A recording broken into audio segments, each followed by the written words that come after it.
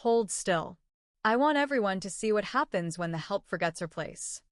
James Santiago's smile dripped with cruelty as he raised the crystal goblet over Sierra Robinson's head. The red wine cascaded down her brown hair, soaking through her black uniform while guests sucked in their breath. There, he laughed, adjusting his tuxedo cuff. Now you look exactly like what you are. Nothing. A woman nearby giggled. A photographer's flash went off. Somewhere in the crowd, champagne glasses clinked as if this were entertainment. Sierra didn't flinch, because across the ballroom, her husband Gregorio Padovano uncrossed his arms, and James Santiago had just signed his own death warrant. The crystal chandeliers cast warm light across the white panel walls of the Santiago Industries charity gala. Hundreds of guests in designer evening wear filled the lavish banquet hall, unaware that among the waitstaff moved a woman with a secret worth more than every diamond in the room. Sierra Robinson adjusted her name tag, balancing her tray of champagne flutes. At 26, she'd mastered the art of invisibility, exactly what she wanted. No one here knew that the simple gold band hidden beneath her uniform connected her to the most powerful man on the eastern seaboard. She'd insisted on keeping this job. Normalcy. Independence. Proof she wasn't just Gregorio's wife. Then she saw him. James Santiago. Her ex. The man who discarded her 5 years ago with words that still burned. You'll always be serving tables. You're not built for my world. Now he was CEO, host of this gala, and walking straight toward her with recognition dawning in his eyes, and something darker. Well, James drawled, plucking a glass from a passing server. Sierra Robinson. Still exactly where I left you. Hey, my beautiful family. Thank you from the bottom of my heart for sticking with me. Your love and support mean everything. If you're excited for today's story and ready to soak it all in, make sure to hit that subscribe button. And drop a comment letting me know where you're tuning in from. Tomorrow, I've got another captivating story lined up for you, and believe me, you won't want to miss it. Now, let us begin. The ballroom had fallen into chaos after the wine, guests murmuring, phones rising, James Santiago basking in the aftermath of his cruelty. But now a different kind of silence descended, the silence of prey sensing a predator. Gregorio Padovano moved through the crowd like a blade through silk. Guests parted without being asked. Whispers rippled outward in waves. Padovano. That's Gregorio Padovano. What's he doing here? Everyone knew the name. Not from society pages or business journals, but from the spaces between headlines, the deals that happened in shadows, the empires that rose and fell on his word alone. He was the kind of man whose presence made powerful people remember they weren't as powerful as they thought. James hadn't noticed yet. He was still laughing, still performing for his audience, still believing he was the most important person in the room. Gregorio stopped beside Sierra. Without a word, he removed his jacket, Italian wool, perfectly tailored, and draped it over her wine-soaked shoulders. The gesture was tender, intimate, the kind of thing a man did for someone he cherished. Sierra's eyes met his. In that glance passed everything they couldn't say aloud. I'm sorry. I know. We'll handle this. Together. My wife, Gregorio said, his voice cutting through the silence like a knife through bone, doesn't need to be serving your party. The words landed like a bomb. James's smirk collapsed. His champagne glass trembled in his fingers. Around him, the social calculations of every guest in the room recalibrated in real time, away from him, toward the man now standing with protective stillness beside the waitress he'd just humiliated. Your wife. James's voice cracked. His eyes darted between Sierra and Gregorio, searching for the joke, the trick, the escape route. There was none. The silent partner, someone whispered nearby. Santiago's expansion deal, the $650 million. Understanding crashed across James's face like a wave breaking against rock. The color drained from his cheeks. His lips parted, but no sound emerged. Gregorio stepped closer. Not aggressive. Not threatening. Worse, calm. The calm of a man who had already decided the outcome and was simply informing his victim. You poured wine on my wife's head, Gregorio said softly, almost gently, as if explaining something to a child. In front of cameras. In front of witnesses. In a room full of people who will remember this moment for the rest of their careers. James tried to speak. I didn't know. No, Gregorio agreed. You didn't. That's what makes this so perfect. He straightened Sierra's collar with devastating tenderness, then turned back to James. The deal is dead. His voice carried to every corner of the frozen ballroom. And so is your company. Gregorio placed his hand on the small of Sierra's back and guided her toward the exit. Behind them, James Santiago stood paralyzed, watching his empire crumble in real time, destroyed not by violence, but by a jacket draped over a waitress's shoulders. The destruction was beautiful in its efficiency. Within 12 hours, Santiago Industries lost 3 major banking partners. By hour 18, the board had scheduled an emergency meeting. By hour 24, James Santiago's face was everywhere, frozen mid-laugh, wine arcing from his crystal goblet, cruelty immortalized in high definition. The internet had already chosen sides. CEO humiliates Mafia boss's wife. The headlines spread like wildfire across every platform, every news outlet, every group chat in the country. Comments poured in by the thousands. Stock prices plummeted. Investors fled. The empire James had spent years building began hemorrhaging from wounds he'd inflicted on himself. But inside the Padovano estate, behind walls of stone and silence, a different war was brewing. I told you I wanted a normal life. Sierra stood at the window of the master bedroom, still wearing Gregorio's jacket over her ruined uniform. She hadn't changed. Hadn't slept. The wine had dried in her hair, stiffening the brown strands into brittle waves. Gregorio watched her from the doorway. You were humiliated. I responded. You responded by telling the entire world who I am. She turned, and her eyes burned with something far more complicated than gratitude. Every camera in that room caught your face. Every news outlet is running your name. I'm not just Sierra anymore, I'm your wife. The Mafia boss's woman. That's all anyone will ever see. You say that like it's a curse. Isn't it? Her voice cracked. I wanted one thing, Gregorio. One thing that was just mine. My job. My identity. Proof that I existed before you, that I'm not just an extension of your empire. The words hung between them like smoke. Gregorio crossed the room slowly, deliberately, stopping just close enough that she could feel his warmth without touching him. You think that's what you are to me? An extension. I think that's what I'll become. Sierra's jaw tightened. If I let myself disappear into your world completely. Before he could respond, a knock shattered the tension. Leon Genovese appeared in the doorway, his expression grim. Boss, you need to see this. The tablet showed James Santiago on a hastily arranged press conference, his face pale but defiant. Behind him stood Thomas McFarland, the kind of lawyer whose smile promised scorched earth. The Padovano family has engaged in criminal intimidation and racketeering for decades, James declared, his voice steady despite the circles under his eyes. I have evidence. I have witnesses. And I will not be silenced by thugs who think they can destroy legitimate businessmen through fear. The screen cut to FBI agents entering a federal building. Leon shifted uncomfortably. He's contacted the feds. Multiple agencies. He's going to war. Sierra stared at the screen, at the man who once told her she'd never be enough, now willing to burn everything down rather than admit defeat. Gregorio's hand found the small of her back. Normal, he said quietly, was never an option to Zorro. It's time you accepted that. The memory came uninvited, sharp as broken glass. 5 years ago, Sierra had stood in James Santiago's penthouse wearing a dress she couldn't afford, bought with 3 weeks of tips. He'd been on the phone with investors, pacing by the floor-to-ceiling windows, and she'd felt so proud, so certain she belonged beside him. Then he'd ended the call. Looked at her. Really looked. This isn't going to work, he'd said, loosening his tie like she was an inconvenience. I'm meeting people now, important people. People who matter. And you'll always be a waitress, Sierra.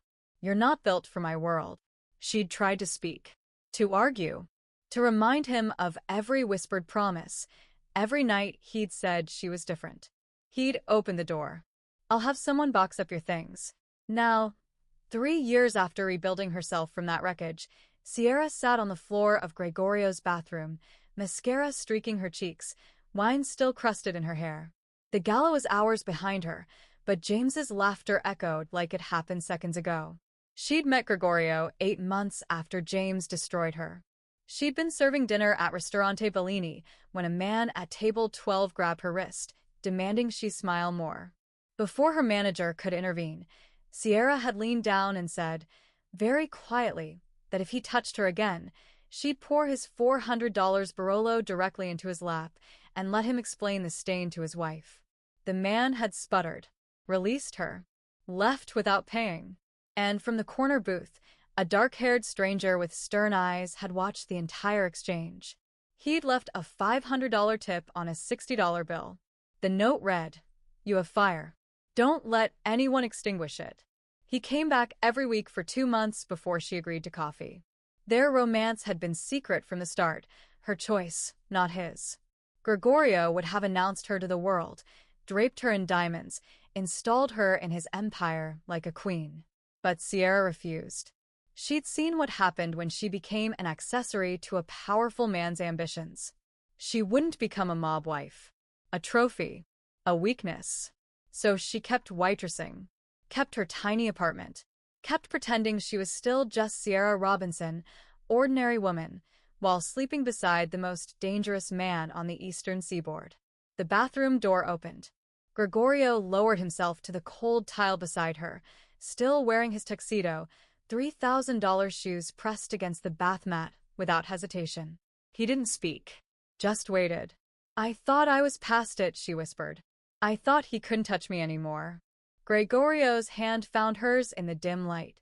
"He made you feel small," he said quietly. "For years, you believed him. You hid yourself, even from me, because some pathetic man told you that you weren't enough." Sierra's breath caught. Gregorio lifted her chin, forcing her to meet his eyes. Dark. Serious. Absolutely certain. "Let me show you how big you really are."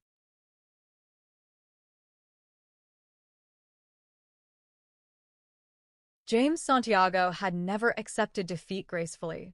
Within 48 hours of the gala, he'd hired Thomas K. McFarland, a lawyer whose moral compass had been surgically removed decades ago, and placed a call to the FBI's Organized Crime Division. The message was simple. He had evidence against Gregorio Padovano. All he needed was immunity and an audience. Agent Frederick H. Pierce was listening. Sierra first noticed the surveillance on Tuesday. A gray sedan parked too long outside Gregorio's estate. A woman jogging the same route 3 times in one morning. Faces that appeared once, then again, then again. By Thursday, the pressure had become a vice. Luca Benedetti, who managed Gregorio's shipping interests, was pulled aside for routine questioning at the Port Authority. Artemio Arcuri's phone started clicking during calls. 2 of Gregorio's legitimate business partners received visits from federal agents asking uncomfortable questions about investment sources. The organization wasn't crumbling. Not yet, but cracks were forming. Sierra watched Gregorio field call after call, his jaw tighter with each conversation. He never raised his voice, never showed panic. But she could read the tension in his shoulders, the way his hand lingered near his phone, even during dinner. This was her fault.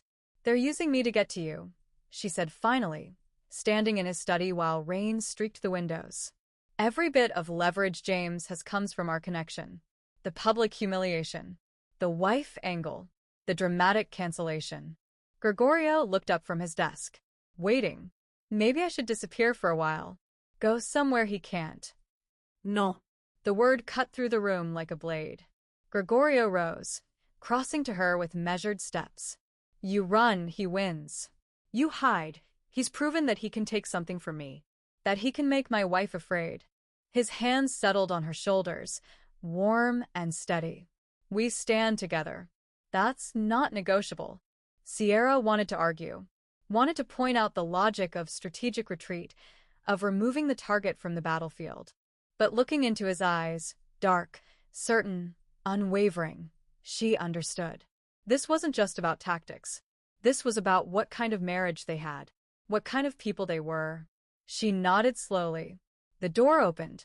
Leone Genovese stepped inside, his weathered face grim. Gregorio's right hand for 15 years, Leone had delivered news of betrayals, ambushes, and deaths. Sierra had never seen him hesitate. He hesitated now. Boss. We intercepted communications from McFarlane's office. Leone's eyes flicked to Sierra, something like sympathy in their depths. Santiago's been asking questions. Addresses. Daily routines. Medical records. Sierra's blood went cold. Medical records for who? Leone didn't answer. He didn't have to. Her mother. Retired. Living alone in a quiet neighborhood in Queens. Completely unaware that her daughter had married into an empire of shadows, or that a vengeful man now knew exactly where to find her. The woman arrived at Dorothy Robinson's door on a sunny Wednesday afternoon, carrying a leather portfolio and a smile that never reached her eyes. Mrs. Robinson? I'm Erica Castiglione, with Premier Realty. We're surveying the neighborhood for potential listings. Such a lovely home you have. Have you lived here long? Dorothy, 72 and trusting in the way of women who'd spent their lives healing others, invited her in for tea. Erica stayed for 20 minutes. Asked about the neighborhood. The neighbors. Whether Dorothy lived alone. Whether her daughter visited often. Sierra? Dorothy had said, surprised. You know my daughter? Erica's smile sharpened. Everyone knows Sierra now, Mrs. Robinson. She's become quite famous. She'd pressed a business card into Dorothy's palm. Do give her my regards. Tell her James sends his love. Then she was gone, leaving nothing but a cold chill in the living room and a mother's dawning terror. Sierra received the call an hour later. By the time she reached Gregorio's study, her hands were shaking, not with fear, but with a rage so profound it burned like acid in her chest. He sent his fiancée to my mother's house. Her voice cracked. She sat in her kitchen, drank her tea, asked about her routines. Gregorio was already reaching for his phone. I never wanted this life to touch her, Sierra continued, tears streaming despite her fury. She doesn't know what you do, what we are. She thinks I married a businessman. She thinks I'm safe. She will be safe, Gregorio said, his voice steel wrapped in velvet. Within the hour, he made 3 calls. By nightfall, Dorothy Robinson was in a secure apartment uptown, confused but protected, surrounded by men who would die before letting harm reach her. But the damage was done. Something fundamental shifted in Sierra that night. The woman who'd insisted on normalcy, who'd hidden from her husband's world, who'd believed she could keep one foot in the light, that woman began to disappear. She found Artemio Arcuri in the basement office, where he monitored the organization's intelligence networks. Screens glowed with data streams. Phones buzzed with intercepted communications. Teach me, she said from the doorway. Artemio looked up, surprised. Teach you what, Signora? Financial records. Shell companies. Hidden accounts. She stepped inside, her jaw set. James Santiago built his empire on dirty money and dirtier secrets. I want to find them. I want to know where every dollar came from and where every skeleton is buried. Artemio glanced past her, as if expecting Gregorio to appear and countermand the request. But the hallway was empty. If James wants a war, Sierra said, her voice cold in a way it had never been before, I'm going to learn how to fight in one. Across the city, in a penthouse that felt smaller every day, James Santiago stared at surveillance photos of Gregorio's estate. Erica draped herself over his shoulder, whispering encouragement. Business attacks aren't working, she murmured. You need to hit him where it actually hurts. James's smile was a terrible thing. I know exactly where that is. Sierra knew it was a mistake the moment she insisted on going. Gregorio had argued for an hour, his jaw tight, hands braced against his desk. Wait 2 more days. Let me secure the route properly. But her mother's voice on the phone had been fragile, confused. Why can't I go home, Sierra? What's happening? Dorothy Robinson didn't deserve to be a prisoner in a gilded cage, no matter how necessary. She deserved to see her daughter, to understand, as much as she safely could, why her life had been uprooted. I'll take Leon and 2 others, Sierra had said. That's enough. It wasn't. The black SUV was 3 blocks from the safe house when the delivery truck ran the red light. Not an accident, a calculation. The impact sent their vehicle spinning sideways.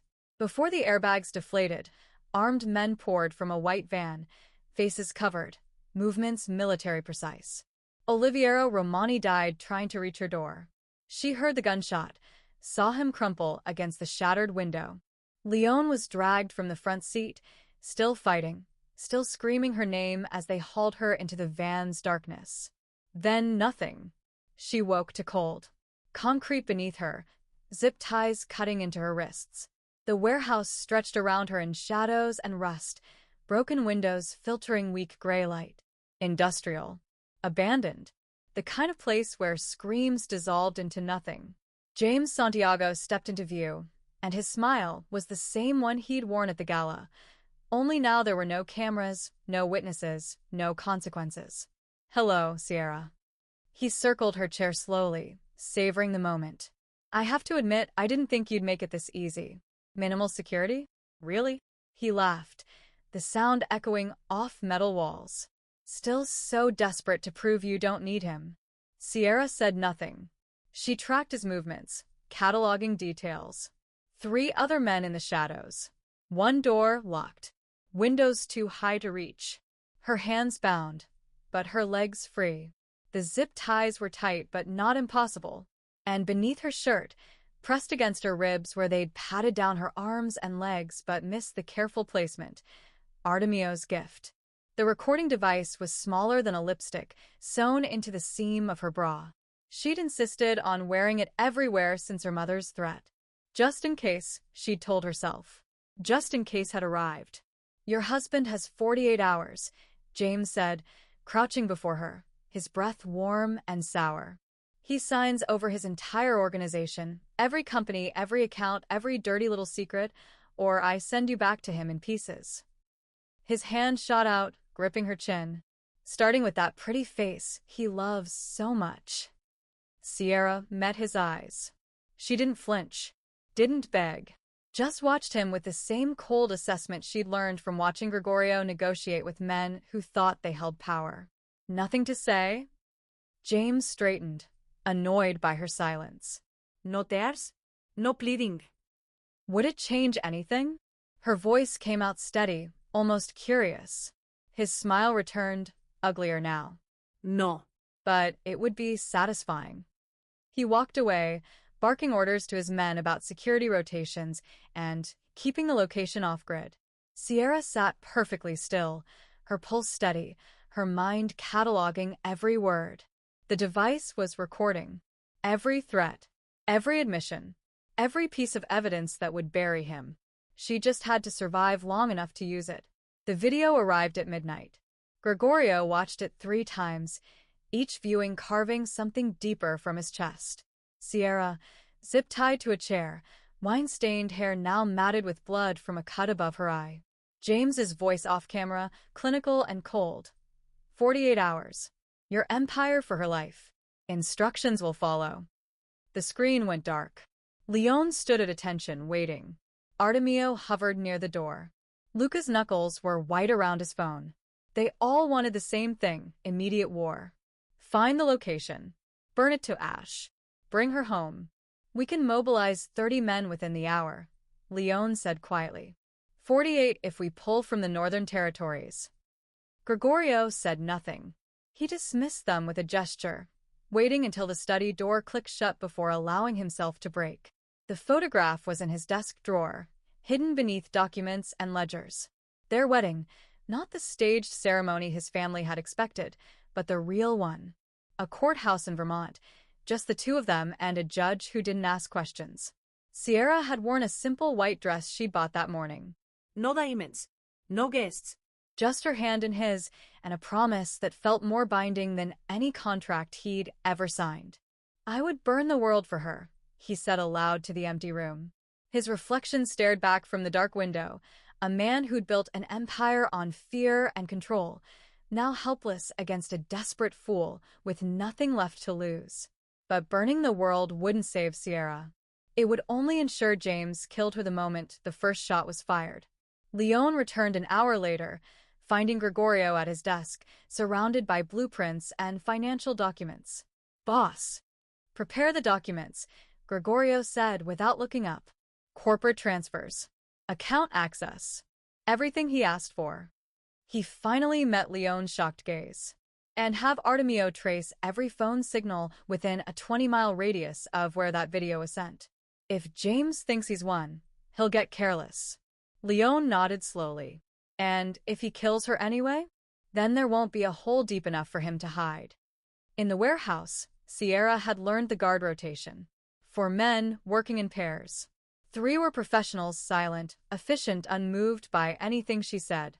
But the 4th was different. Filippa Toscano kept her distance, never made eye contact, and flinched every time James raised his voice. On the second day, when Filippa brought water, Sierra spoke softly. "You don't look like the others." Filippa's hand trembled slightly. She set the bottle down too quickly. "Shut up. How long have you worked for him?" I said. "He's going to kill me anyway." Sierra's voice was calm, almost conversational. "You know that, right? Even if my husband gives him everything, James can't let me live. I've seen too much. Heard too much." She let the words settle. "When he does, do you want to be holding the knife?"